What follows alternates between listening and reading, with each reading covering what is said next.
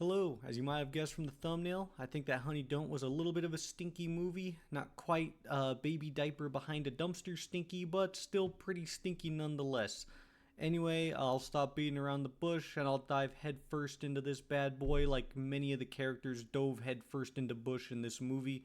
Starting with the plot, Honey Don't is about a small town private detective named Honey who is investigating a string of murders that she believes is tied to a cult like church. Throughout the movie, we get to see Honey doing classic detective work like investigating, drinking, and getting it on with 10 out of 10 baddies because, as she claims in the movie, she is into girls. Which, unfortunately for Charlie's Day character, leaves him feeling a little conflicted because he thinks that she's straight and he really wants to get with her. But unfortunately, she is into the ladies, which is a little, I will say, kind of pleasant to watch for some of the people in the audience. We also get to follow Reverend Drew, who is played by Chris Evans, who is the pastor of the cult like church, as I mentioned earlier, which is seemingly tied to the mysterious murders happening in the town. Now, before I start absolutely slandering this movie, I want to talk about some of the highlights. I do feel like Margaret Qualley and Chris Evans did a fantastic job in this movie. So they were very, very fun to watch. I loved seeing them on screen. Chris Evans is super goofy.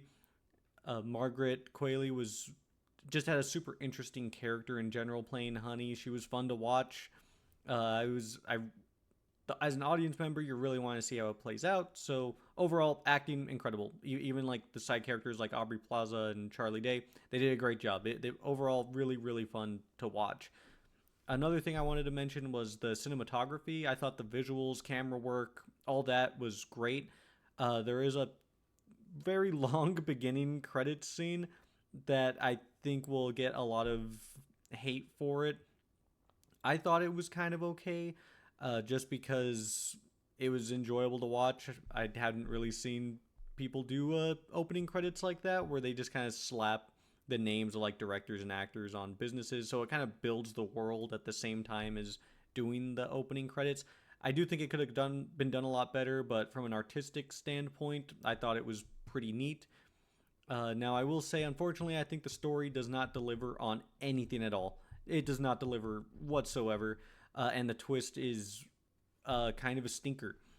I would have honestly been fine with no twist at all if they would have just played it out like private investigator. She knows that the church is the bad guy, and they just went straight for the church, and that was all it was.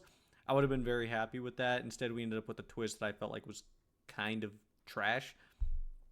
Uh, Another thing, I think this movie follows a bunch of different plots in a way. I'm I'm probably wording that very very poorly, but it seems like there's a lot of stuff happening in the movie and a whole lot of it just doesn't get resolved. A lot of it kind of just gets thrown to the side by the end of it.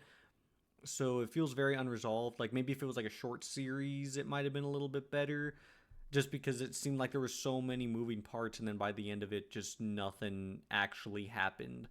So by the time you get to the end of the movie, it just feels like you had this giant nothing burger, and it was just kind of sucked. There was just nothing, like no substance. There was no meat in this burger. It was just truly empty. Uh, but not to say I didn't enjoy the bun. The bun was good. Anyway, I think the movie was mid, but definitely still worth a watch. So even though not a whole lot happened, I think the way that the actors performed, specifically Margaret Qualley and Chris Evans, they made it a very enjoyable experience. So if you just do decide to watch it in the movie or in the movie theater, you'll definitely have a good time. It's just not something that I would see myself watching again. And honestly, I don't think a lot of people will want to watch this movie more than once. It was good, just didn't deliver on like anything. Anyway, if you're still a little undecided, you don't know if you're wanting to watch this movie or not, I do think No Country for Old Men is a really good reference for this movie, just because the directors are somewhat similar, and I do think No Country for Old Men kind of leaves you feeling empty at the end, much like Honey Don't does, which is fine. I feel like that style of writing just isn't necessarily for me, even though I do really like No Country for Old Men, but I just felt like Honey Don't just didn't deliver much on anything. It was funny, but that was about it. With that being said, I think I'm going to give this movie a 4 out of 12 eggs, because there were things I liked about it. It just didn't really deliver story wise. But anyway, that's all for now. Have a good one. Eat some eggs.